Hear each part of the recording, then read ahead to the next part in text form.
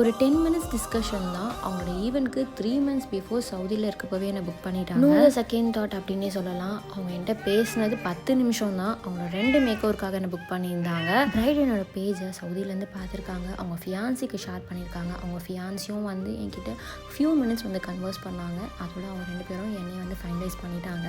So இதுக்காக நான் சொல்கிறேன்னா, நான் ஏகப்பட்ட மேக்கோர் பண்ணியிருக்கேன். பட் சில பேருக்கு வந்து மேக்கோர் பண்ணுறதெல்லாம் வந்து ரொம்ப ரொம்ப சாட்டிஸ்ஃபைடாகவும் ஹாப்பியாகவும் ஃபீல் ஆகும். எந்த ஒரு ப்ரெஷருமே இல்லாமல் பண்ணுற மாதிரி இருக்கும். அதில் ஒருத்தவங்க அவங்களோட ஈவெண்ட்லாம் முடிஞ்சதுக்கப்புறமா ஹாப்பியாக எனக்கு அவங்க ஃபீட்பேக்கும் ஷேர் பண்ணியிருந்தாங்க.